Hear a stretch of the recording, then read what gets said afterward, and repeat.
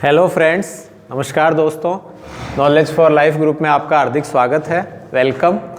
तो दोस्तों, ये जो आज हम टॉपिक कर रहे हैं, ये टॉपिक आप पहले भी जो तरीका है करने का वो सेम वैसा ही है जैसे प्रीवियस वीडियो में आपने परिनालिका के लिए स्वप्रेरण गुणांक किया था, याद है।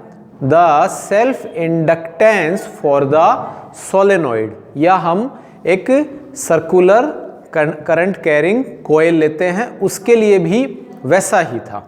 और वही मेथड यहाँ हम लेंगे।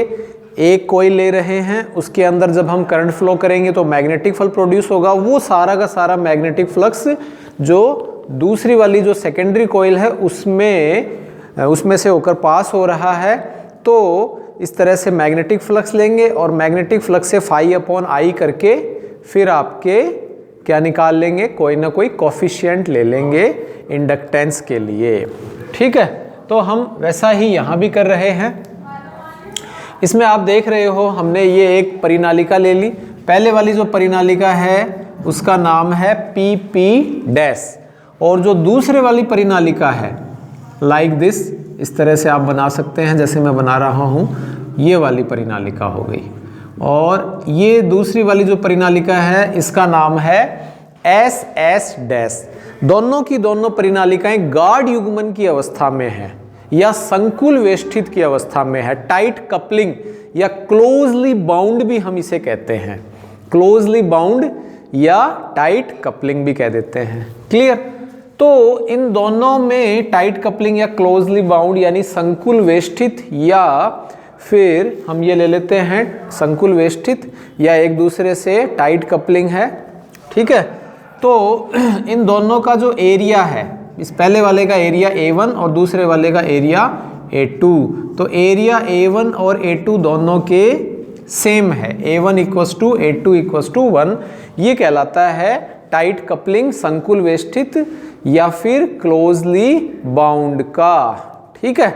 इन दोनों को ही हम इस तरह से यह ले लेते हैं, संकुल वेष्टित या एकदम निकट हो तो हम ये ले लेते हैं। तो इस तरह से ये डायग्राम हम देख रहे हैं, दो बना लिए।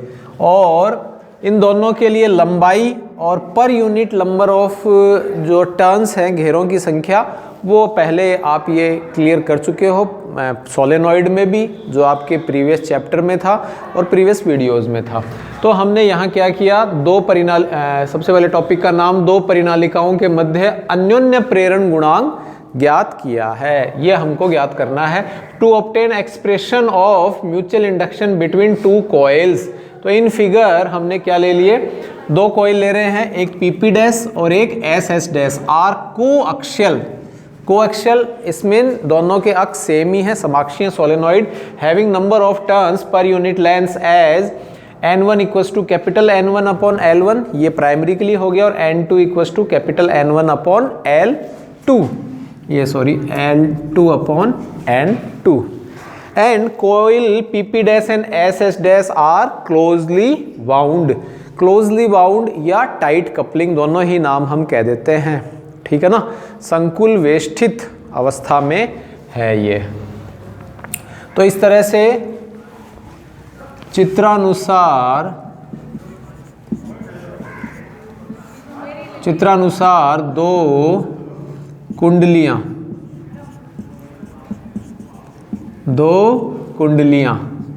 PP' एंड SS' समाक्षीय हैं। कैसी हैं? समाक्षीय हैं, जिनके लिए प्रति एकांक लंबाई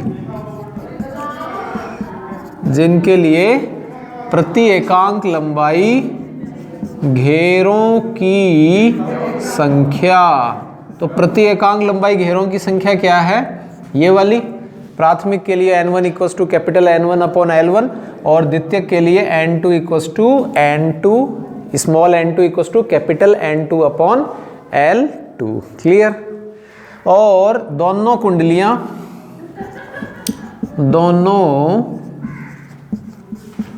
कुंडलियां संकुल वेष्टित हैं, संकुल वेष्टित हैं।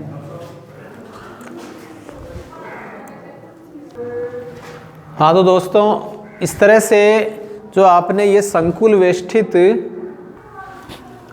हाँ तो दोस्तों इस तरह से ये दोनों कुंडलियां जब संकुल वेष्टित है, संकुल वेष्टित मतलब क्लोजली बाउंड या टाइट कपलिंग, टाइट कपलिंग का मतलब गाढ़ युग्मन की अवस्था में हैं, तो इसका मतलब क्या है कि दोनों जो आपके कुंडलियां हैं उनके क्षेत्रफल समान हैं, उनके क्षेत्रफल जो हैं, क्षेत्रफल क्या हैं, समान हैं। यदि आप उनको क्या कहते हैं, क्लोजली बाउंड, क्लोजली नाम ऊपर लिख लिया था, और closely bound that is A1 equals to A2 equals to A, यानी अनुप्रस्थ काट क्षेत्रफल है वो समान है।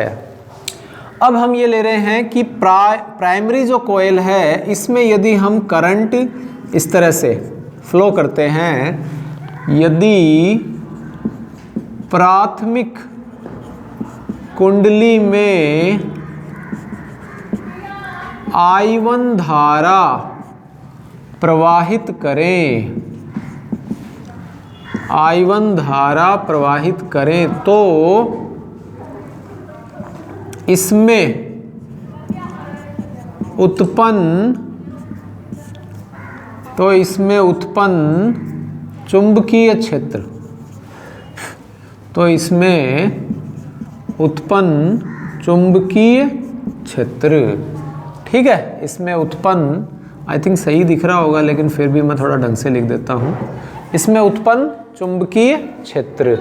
तो दोस्तों इसमें उत्पन्न चुंबकीय क्षेत्र का जो आंसर आएगा वो आप जो धारा का चुंबकीय प्रभाव था, magnetic effect of electric current, उसमें आप ये क्लियर कर चुके हो विद प्रूव के साथ, तो वहाँ वाला आंसर यदि याद है तो यहाँ हम यूज में लेंगे। तो ये आता है B1 equals to mu naught NI। अब ये पहली कुंडली की बात कर रहे हैं तो चुंबकीय क्षेत्र B1, म्यू नॉट तो फिक्स है, ये हो जाएगा N1 और ये हो जाएगा I1। N1 क्या है, N1 है capital N1 upon I1 L1, यानी प्रति एकांक लंबाई घेरों की संख्या, जो अभी क्लियर किया जा चुका है। So the magnetic flux associate with each turns, इसलिए प्रत्येक फेरे से संबद्ध चुंबकीय फ्लक्स, चुंबकीय फ्लक्स ये क्या आएगा दोस्तों, ये आ जाएगा φ1, और φ1 equals to you know very well B1 into A1, और A1 को आप क्या लिख रहे हो, A लिख रहे हो, तो ये B1 की वैल्यू तो दोस्तों ये हो गई mu naught N1 I1 into A, ठीक है। कंसेप्ट वही है, तरीका वही है जो पीछे आप परिनालिका के लिए, कुंडली के लिए स्व प्रेरण निकाल चुके हो, बार बार बताया जा रहा है। अब जो मैं अगली टर्म जो लूँगा वो वेरी इंपॉर्टेंट, उसमें थोड़ा सा आप ध्यान रखें, वो आप चाहे समझें चाहे रटें, यदि समझ लेते हैं तो द बेटर है, अदरवाइज एग्जाम में फिर यहाँ आके जनरली बच्चा प्रॉब्लम आ जाता है, कन्फ्यूजन में हो जाता है। तो ये आप लिखिए। हाँ तो दोस्तों अब यहाँ समझने की बात है, थोड़ा सा ध्यान दीजिए, मैं इस चीज़ को ज़्यादा ही प्रेशराइज कर रहा हूँ क्योंकि ये बार बार समझाने पर भी समझ में आता नहीं है, बताने पर भी। तो ये जो लाइन लिखी गई है वेरी इंपॉर्टेंट, ठीक है, यही आपके आंसर निकालने में और सारा का सारा टॉपिक को क्लियर करने में हेल्पफुल होगी। तो इसमें हो क्या रहा है, थोड़ा सा मैं आपको क्लियर कर दूं कि जो प्राइमरी कोयल में हम करंट फ्लो कर रहे हैं, ठीक है, और वो करंट फ्लो करने पर मैग्नेटिक फ्लक्स आया जो आपने अभी लिख लिया था B1 equals to mu naught small N1 I1, ठीक है, और फिर मैग्नेटिक फ्लक्स निकाल लिया था φ equals to B into A। तो ये सारा का सारा मैग्नेटिक फ्लक्स यहाँ लाइक दिस आप देख रहे हो किस में प्रोड्यूस हो रहा है, किस में प्रोड्यूस हो रहा है, सेकेंडरी कोयल में भी नहीं जा रहा क्या भाई, जो प्राइमरी कोयल के अंदर वो सारा का सारा किस में जा रहा है, सेकेंडरी कोयल में। क्यों जा रहा है, क्योंकि ये दोनों के दोनों गाढ़ युग्मन की अवस्था एक दूसरे के अंदर फंसे हुए हैं लाइक दिस। तो जितना भी मैग्नेटिक फ्लक्स है वो सारा का सारा द्वितीयक कुंडली के लिए यानी सेकेंडरी कोयल के लिए भी मैग्नेटिक फ्लक्स के इक्वल होता है, प्राइमरी कॉइल के लिए magnetic flux is equal to the secondary coil of magnetic flux, एक बात। दूसरी बात, जो सेकेंडरी कॉइल है उसमें टोटल नंबर ऑफ टर्न्स कितने हैं, टोटल जितने भी कुंडली में घेरों की संख्या है वो कितनी है, वो है दोस्तों आपके N2, वो कितनी है N2। क्लियर है ना, 1, और इस तरह से बढ़ते बढ़ते 1 2 3 4 वो हमने N2 ले लिए। पर यूनिट यानी प्रति एकांक लंबाई, इतने से भाग के लिए, इतने से भाग के लिए, इतने से भाग के लिए जो नंबर ऑफ टर्म्स हैं वो हैं N2/L2, ये तो है प्रति एकांक लंबाई।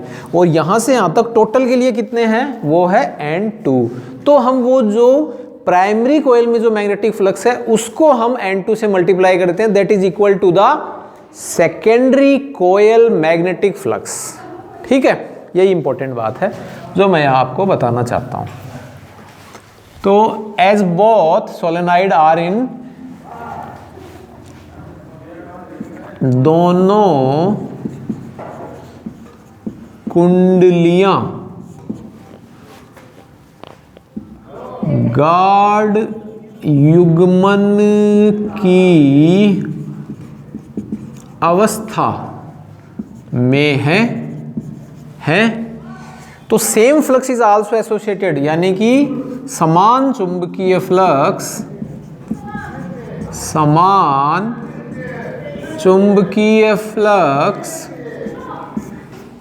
क्या लिख रखा है, सेकेंडरी कॉयल, समान चुंबकीय फ्लक्स द्वितीयक कुंडली के प्रत्येक घेरे से संबद्ध होता है। ठीक है, जितना भी चुंबकीय फ्लक्स है, समान चुंबकीय फ्लक्स, समान हो जाएगा चुंबकीय फ्लक्स, और वो समान चुंबकीय फ्लक्स द्वितीय कुंडली के प्रत्येक घेरे से संबद्ध होता है। तो hence the magnetic flux associate with N2 turns of secondary coils, अतः द्वितीयक कुंडली के कुल N2 घेरों से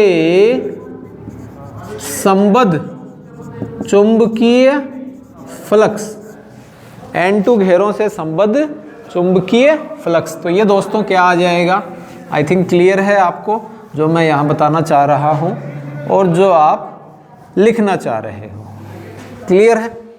तो ये PP डैश है, तो φ2 इक्वल्स टू क्या हो जाएगा, N2 इंटू φ1।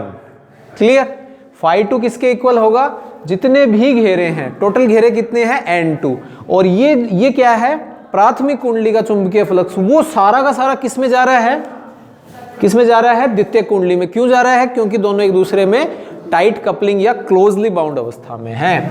φ1 की वैल्यू ये मान लीजिए, इक्वेशन 1 2 3 मान लीजिए, और φ2 इक्वल्स टू N2, φ1 की वैल्यू क्या आई थी दोस्तों, B इंटू ए, क्लियर है ना। और B1 की वैल्यू मैं लिख देता हूं μ0 N1 I1, और इंटू A1 को आपने क्या लिख लिया था, A। क्लियर है ना। अब आपको क्या बनाना है, M बनाना है। तो M क्या होता है, ये प्रीवियस वीडियो में आप क्लियर कर चुके हो। M क्या होता है, φ2/I1 होता है। तो इस I1 को इधर ले जाते हैं, तो M इक्वल्स टू क्या बन गया, या चलो नेक्स्ट में लिख लेते हैं हम, तो इसको ट्रांसफर कर देते हैं I1 को, और ये आ गया μ0 N1, ये स्मॉल n1 है दोस्तों, और ये कैपिटल N2 है, और ये A, और ये क्या बन गया, डेफिनेशन ऑफ कोफिशिएंट, सॉरी ये डेफिनेशन ऑफ म्यूचुअल इंडक्टेंस। तो M इक्वल्स टू क्या हो गया, φ2/I1, और μ0 ये N1 है ही, N1 की वैल्यू रख लीजिए। N1 क्या था दोस्तों, याद है क्या आपको, N1/L1, क्लियर है। और ये N2, और ये आपके A आ गया, क्लियर। तो ये आपके आ जाता है। यदि मान लीजिए L1 equal to L2 equal to L हो किसी पर्टिकुलर सिचुएशन में, तो ये आपको क्लियर है।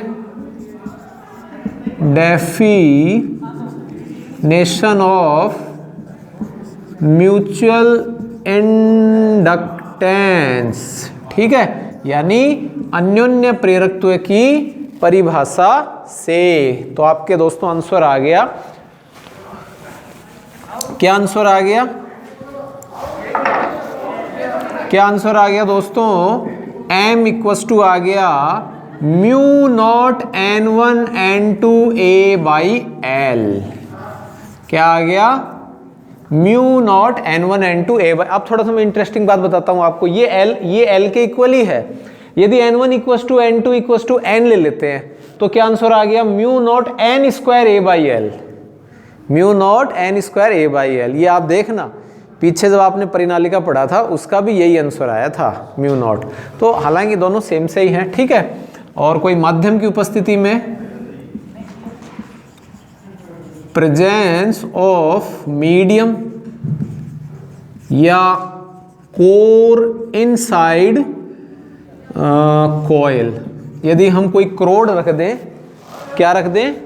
कोई क्रोड रख देते हैं, है ना, कोई क्रोड रख देते हैं, कोई माध्यम रख देते हैं, तब ये क्या बन जाएगा दोस्तों? ये हो जाएगा फिर mu M n1 n2 a by l। और m equals to mu M को आप क्या लिख सकते हो? आप जानते हो relation mu R equals to क्या होता है? Mu M upon mu naught, जानते हो ना ये relative permeability, relative permittivity first chapter में पढ़ा था आपने, आपेक्षिक विद्युशीलता, epsilon R equal to epsilon M upon epsilon naught. तो ठीक वैसा ही ये बन गया है। तो ये हो गया mu naught mu R n1 n2 a by l। अब मैं आपको एक इंटरेस्टिंग बात और बताता हूँ थोड़ी सी, कि आपने प्रीवियस वीडियो पढ़ा था और उसके अंदर आपने लास्ट में ये लिखा था कि जो परिनालिकाएं हैं और उससे संबंधित या कोई भी अपरेटस लेते हो उनसे संबंधित जो अन्योन्य प्रेरण गुणांक है, यानी कोफिशिएंट ऑफ म्यूचुअल इंडक्शन, वो किस किस पे डिपेंड करता था?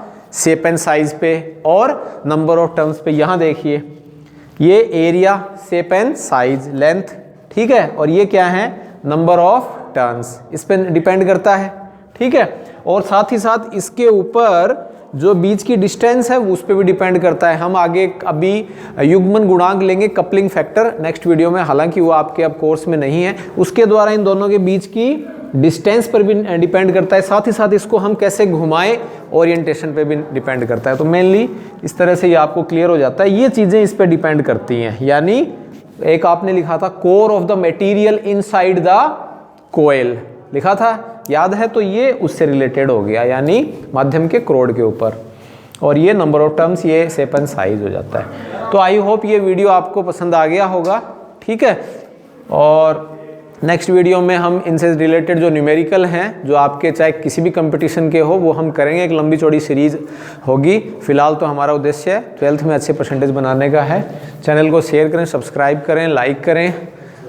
Thanks for watching.